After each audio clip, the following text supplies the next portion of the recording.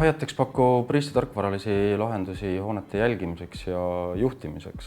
Kui tavapäraselt keskendutakse ühe probleemi lahendamisele, siis meie eesmärgiks on kõik hoonesüsteemid ühte kohta kokku tuua ja pakkuda ärile siis võimalust oma hoonet ja äri jälgida ühest kohast, olgu see siis arvuti, olgu see telefon või siis suured ekraanid seina peal.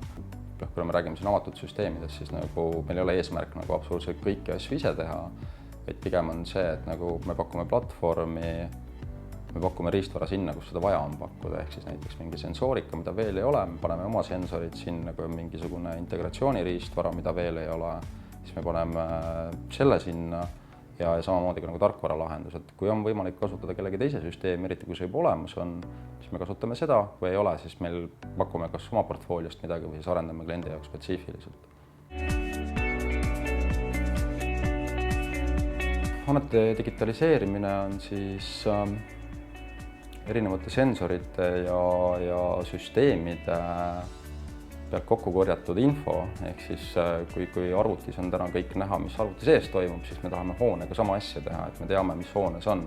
Me teame, mis on temperatuur, me teame, mis on niiskus, kuidas CO2 tase on, palju energiat tarbitakse, palju tootmisliini pealt sinu tooteid välja tuleb.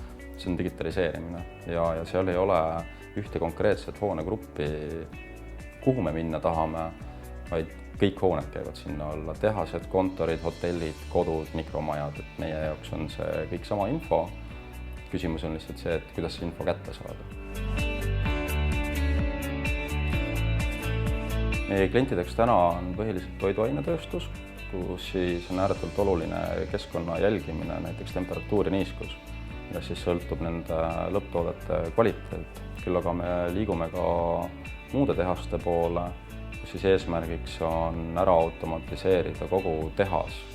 Ehk siis isesõitvad robotid, ise töötavad liinid ja kõik see info peaks olema järjekordselt ühest kohast jälgitav. Samamoodi tööstuses siis tootmisliinide võimalike vigade jälgimine. Ehk siis oleks juba ette teada, kui mingil tootmisliinil hakkab probleem tekkima, et siis saaks võtta targa otsuse vastu, et pigem hooldada see liin varem ära, ennem kui midagi juhtub, kui see, et sul liin läheb katki, sa ootad varuosasi kuu aega ja kannad suurt kahjumit. Kõige suurem kasu on kindlasti info. Et kui sa saad kogu hoone pealt info kätte, olgu ta keskkond, energiatarbimine, tootmisprotsesside jälgimine, sa saad teha tarku otsuseid nii reaalajas kui ka siis tuleviku mõttes investeerimisotsuseid. Näiteks kui sul on suur tootmishoone, kus on vaja kindlasti iga mõne aasta tagant investeerida ventilatsiooniseadmetesse, kütteseadmetesse, siis info olemasolu puhul sa saad palju targemaid otsuseid teha, ehk siis su investeeringud lähevad kohtadesse, kus seda tegelikult vaja on, mitte see, kus sulle tundub, et vaja võiks minna.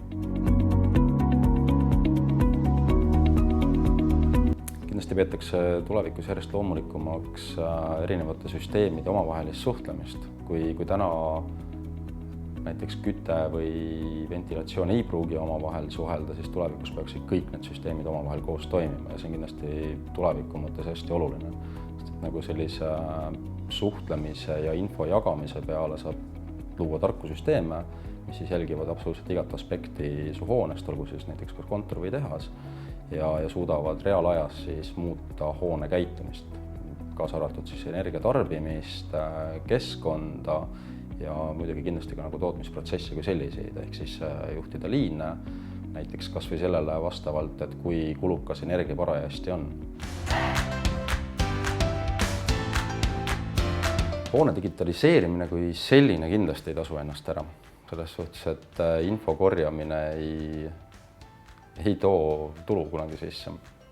Küll aga kui sul see info käes on, ja sa selle pealt hakkad tarku otsuseid tegema, siis see tasub ennast ära. Ma arvan, et üks lihtne näide on, et kui kõikides autodes on olemas kütusekulu näitaja, siis see ei tee ju autot efektiivsemaks ega ökonoomsemaks, kui sa sõidad gaaspõhjas pidevalt. Küll aga kui sa jälgid oma kütusekulu, ehk siis sul on infot selle kohta, mida sa teed, ja vastavalt sellele muudad oma käitumisharjumusi, siis sealt tõuseb tulu. Sama on ka hoonete puhul, et kui sa tead, kuhu sa oma energiat kulutad, ja vastavalt sellele siis muudad nii enda kui oma töötajate käitumist, siis kokkuhoiu võimalused on väga suured, sest et tavaliselt inimesed ei lülita tulesi välja, tavaliselt inimesed lasevad ventilatsioonil ja jahutusel koos töötada ja siin on halenaljakaid näiteid olnud suurtes kontorihoonetes, kus küte ja jahutus töötavadki koos ja kulud on ääretult suured. Ehk siis mida digitaliseerimine tegelikult annab, on lihtsalt info, mille pealt sina teed siis tarku otsuseid või mille pealt siis tulevikus hakkavad targad süsteemid otsuseid tegema, et võimalikult optimaalselt kulutada ära seda energiat, mida sul tarvis kulutada on.